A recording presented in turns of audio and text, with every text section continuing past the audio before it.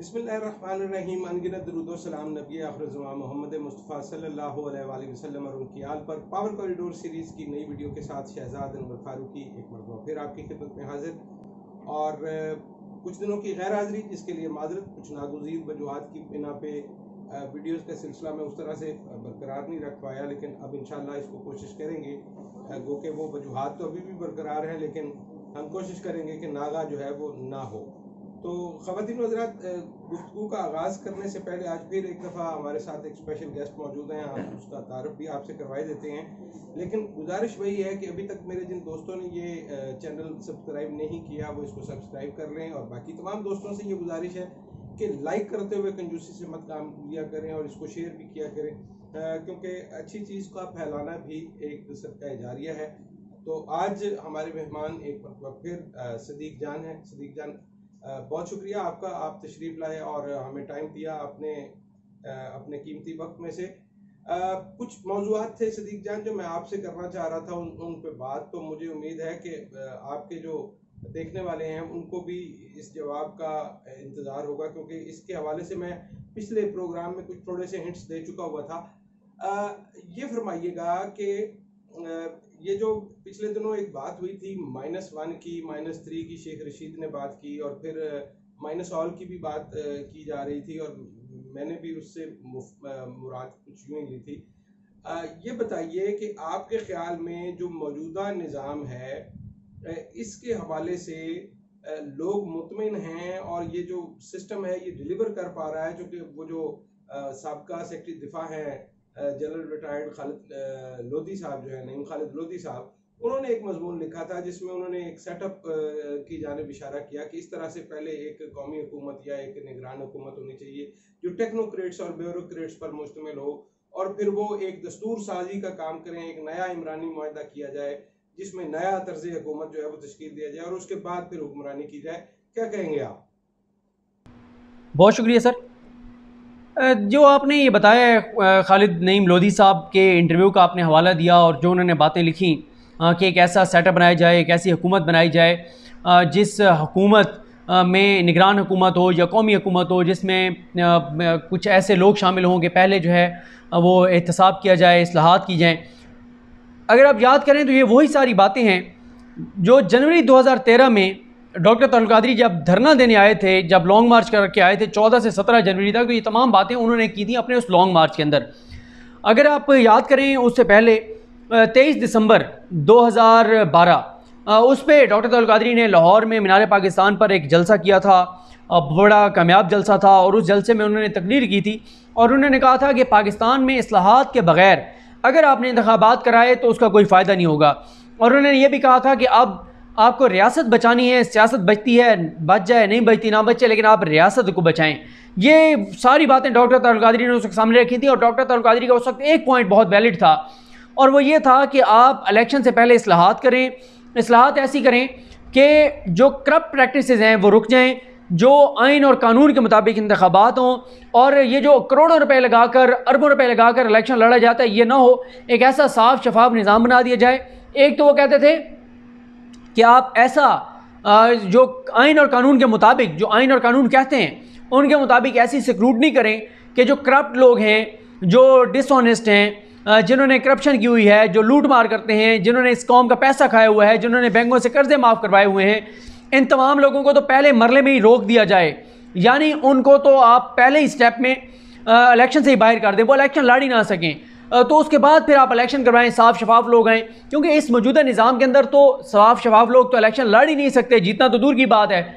आप जब कोई साफ शफाफ बंदा इलेक्शन नहीं लड़ सकता, और मोस्टली आपके वो लोग आएंगे जो रवायती आपके पुराने सियासतदान हैं, जो साल से क्या कई दहाइयों से जो इक़्तिदार में हैं या सियासत में हैं, हर इलेक्शन में वो नई पार्टी ज्वाइन कर लेते हैं। तो इनको अगर आपने बाहर करना है तो उसके लिए आपको पहले स्क्रूटनी करनी पड़ेगी, वरना क्या होगा, यही लोग आएंगे, इन्हीं लोगों को आपको मजबूरन लेना पड़ेगा। वही हुआ जो इमरान खान साहब के साथ हुआ है कि इमरान खान साहब को 2013 में जिन सीटों पे वो इलेक्शन हारे थे, उन सीटों पे पता ये चला कि वहाँ पे 2-2, 3-3 ख़ानदान हैं, उन ख़ानदानों में से किसी को आप टिकट देंगे तो आप इस पोजीशन में होंगे कि आप इलेक्शन जीत सकते हैं। वरना आप किसी तौर पे किसी पोजीशन में नहीं होंगे कि आप इलेक्शन जीत सकें। तो इसलिए इमरान खान साहब को मजबूरन वो सियासी ख़ानदान लेने पड़े। वो सियासी ख़ानदान लिए, विनिंग हार्सेस लिए, जब वो जीत गए अब वही हैं जो ब्लैकमेल भी कर रहे हैं, जो उसी तरह से कोर्ट कचहरी के काम भी चाहते हैं, जो उसी तरह से अपनी मर्ज़ी का ब्यूरोक्रेट भी चाहते हैं, जो उसी तरह के अपने सारे जो है वो तरक्याती फ़ंड्स भी चाहते हैं। तो लेकिन दूसरी तरफ अगर आप तहरीक इंसाफ के जेन्युइन लोग देखें, नज़रियाती लोग देखें, वो हर वो बात मानने को तैयार हैं जो इमरान खान समझते हैं कि इमरान खान के लिए, तहरीक इंसाफ के लिए और पाकिस्तान के लिए फ़ायदा मंद है। तो ये तो बात होगी जो खालिद नईम लोधी साहब के आपने इंटरव्यू का हवाला दिया। और मैं आपको एक और चीज़ बताऊँ, जब इमरान खान वज़ीर आज़म नहीं बने थे तब तक इन बातों को PTI वाले कम अज़ कम नहीं मानते थे कि ये कौमी हुकूमत बने और पहले इस्लाहात हों, फिर इंतखाबात हों और सियासत नहीं रियासत बचाओ, इन चीज़ों को वो नहीं मानते थे।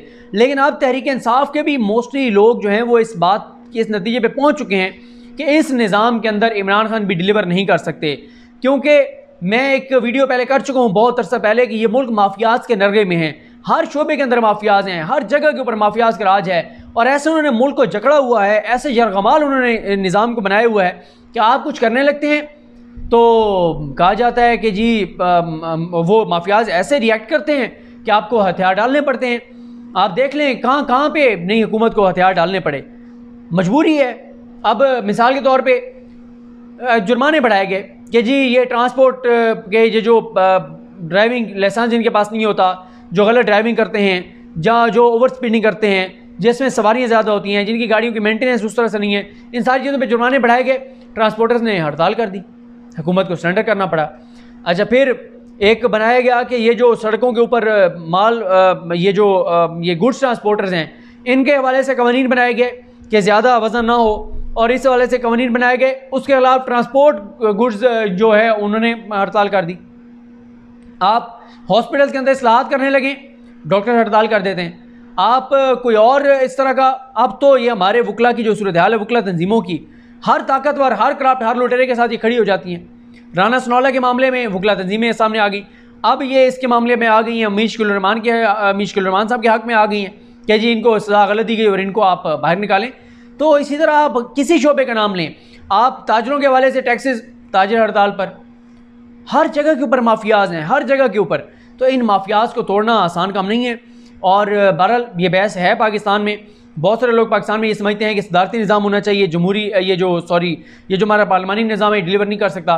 कई लोग ये भी कहते हैं कि सदारती निज़ाम भी डिलीवर नहीं कर पाएगा। आपको यहाँ पे जो है वो यही बात है कि पहले टेक्नोक्रेट्स की और साफ शफाफ लोगों की कौमी हुकूमत या निगरान सेटअप आना चाहिए, और उस सेटअप के ज़रिए आप पहले जो है वो बेरहम एहतसाब करें, इस्लाहात करें और उसके बाद फिर लेके आएँ। तो अभी कुछ नहीं कहा जा सकता कि मामला आगे किस तरफ जाएगा। अच्छा सदीक जान, ये भी फरमाइएगा कि ये जो उस दिन बात हो रही थी -1 की, कि ये अगर -1 होता है या -3 होता है बकौल शेख रशीद, या -all जो मेरी इंटरप्रिटेशन है, आप किस तारीफ पे इसको पूरा समझते हैं? आप क्या समझते हैं कि अगर इस तरह की कोई बात हुई तो फिर क्या होने जा रहा है? ये जो सर आपने -1 की बात की है, -1, -3, -all, और वैसे मैं आपको दिलचस्प बात ये बता दूं कि शेख रशीद साहब को जो बयान था ना कि -1 नहीं होगा -3 होगा, तो बाज़ जो एंटी इस्टेब्लिशमेंट लोग हैं जो फ़ौज पर बड़ी तनकीद करते हैं, तो उन्होंने कहा कि शेख रशीद कह रहे हैं कि -3 होगा, यानी इमरान खान भी जाएंगे और 2 और ताकतवर जो ओहदों पर लोग हैं वो भी जाएंगे। लेकिन मेरी इंटरप्रिटेशन ये है कि शेख रशीद ये कहना चाह रहे हैं कि -3 होगा, यानी फिर पीपल्स पार्टी भी साथ जाएगी, नून लीग भी साथ जाएगी, फिर कम अज़ कम जल्दी इंतखाबात नहीं होने वाले, और फिर कोई ऐसा सेटअप आएगा कि फिर इन कम अज़ कम सियासी जमातों की कोई गुंजाइश नहीं होगी। मेरी रीडिंग ये है। लेकिन मैं समझता हूँ कि ये वाकई -all की तरफ जाएगा मामला, कि अब ये नहीं हो सकता सर कि आपने इलेक्शन कराए, एक हुकूमत बनी और अब वो उस हुकूमत को आप 2 साल बाद घर भेज दें और फिर आप दोबारा इलेक्शन करवाएं, और इलेक्शन के नतीजे में आप कहें कि जी फिर नून लीग को लाना है, फिर पीपल्स पार्टी को लाना है, जिनको पहले आजमाया जा चुका है, 30-30, 40-40 साल हो गए हैं इनको, इन्होंने कई बारियाँ ली हैं और मुल्क को आज इस नैज पर लाने वाले ये हैं। फिर ये भी नहीं हो सकता कि इमरान खान को इस तरह से हटा दिया जाए। इमरान खान को हटाना इतना आसान भी नहीं है। और जहाँ तक इन हाउस तब्दीली की बात है, इन हाउस तब्दीली -1 यानी इमरान खान को हटा के PTI में किसी और को ले आए, तो वो तो उसके ऊपर तो इतने मेरे पास स्ट्रॉन्ग आर्गूमेंट्स हैं जो मेरे ज़ाती तौर पे मैं समझता हूँ नहीं हो सकता। यानी वो तहरीक इंसाफ के धड़े और ग्रुपिंग जो इमरान खान के होते हुए एक पेज पर नहीं आते, उनकी सुलह नहीं होती, मामलात उनके तय नहीं होते, वो अगर इमरान खान की जगह कोई और इलेक्शन लड़ रहा होगा तो वो कैसे उसको वोट देंगे? सवाल ही पैदा नहीं होगा। ये वही काम करेंगे कई लोग जो चेयरमैन सेनेट के इलेक्शन में हुआ था, जो अपोजिशन के लोगों ने किया था, सेनेटर्स ने जाके डबल स्टैंप लगाए थे ताकि हमारा वोट ज़ाया हो जाए। यानी उन्होंने कहा कि हम वोट अपना ज़ाया कर दें ताकि उसका सादिक संजरानी को फ़ायदा हो जाए, और वो फ़ायदा हुआ। तो मौजूदा जो रीजनल हालात हैं, जो मुल्की हालात हैं, जो मुल्क के मुआशी हालात हैं, जो इस्टेब्लिशमेंट और इमरान खान के तल्लुकात हैं, इनमें मुझे किसी भी तौर पे ना तो इन हाउस तब्दीली नज़र आती है, ना ही कोई फौरी तौर पे मुझे लगता है कि कोई अपोजिशन की कोई तहरीक सामने आने वाली है।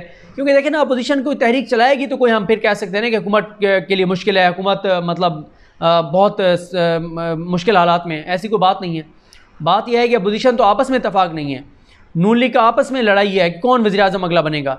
5 उम्मीदवार हैं। खुद ख्वाजा आसिफ ने पार्लिमानी पार्टी के इजलास में कहा कि इस छत के नीचे 5 उम्मीदवार बैठे हैं वज़ीर आज़म के, यानी शहबाज शरीफ, ख्वाजा आसिफ खुद, शाहिद खकर नबासी और कौन था, शायद राना सनौला भी होंगे, और एहसन इकबाल, या इस तरह के उन्होंने बहरहाल टोटल उन्होंने कहा जी 5 लोग बैठे हैं वज़ीर आज़म के जो उम्मीदवार हैं। तो इनकी पार्टियों में लड़ाई है। नून लीग और पीपल्स पार्टी की आपस में इस बात पे मामलात गड़बड़ होंगे कि कौन वज़ीर आज़म को उम्मीदवार होगा, क्या होगा। आप देख लें सदारती उम्मीदवार के ऊपर क्या हुआ था जब मौलाना फजल रहमान को सदारती उम्मीदवार नून लीग ने डिक्लेयर कर दिया था और पीपल्स पार्टी ने एजाज़ हसन को किया था, तो क्या हुआ था। तो ये इनका फिर पीपल्स पार्टी, नून लीग और फजल रहमान सब तीनों एक पेज पर भी नहीं है, बज़ाहिर नज़र आता है लेकिन एक पेज पर नहीं है। तो मुझे सर ना तो -1 नज़र आता है, ना मुझे कोई अपोजिशन की तहरीक नज़र आ रही है फौरी तौर पर, और अगर होगा तो फिर -3 या -ऑल होगा। फिर कम अज़ कम इलेक्शन होते हुए मुझे नज़र नहीं आ रहे, फिर कोई नई निज़ाम और नई सेटअप जो है वो सामने आएगा। बहुत शुक्रिया सदीक जान, आपने हमारे लिए वक्त निकाला, और आपके देखने सुनने वालों के लिए यकीनन इन मौज़ूआत पर आपकी गुफ्तगू के हवाले से दिलचस्पी थी और मुझे फीडबैक भी मिला इस हवाले से। ख़वातीन व हज़रात, आपने आज की गुफ्तगू सुनी, राय कायम करना आपका हक है। हमने गुफ्तगू का एक सिलसिला आपके सामने रखा है और जो एक थ्योरी है वो भी आपके सामने रखी, उसकी कुछ मज़ीद जिहतें जो हैं वो आज सदीक जान की गुफ्तगू में आपके सामने आई। अपना बहुत सारा ख्याल रखिएगा, इंशाल्लाह जल्द मुलाकात होगी। अल्लाह ने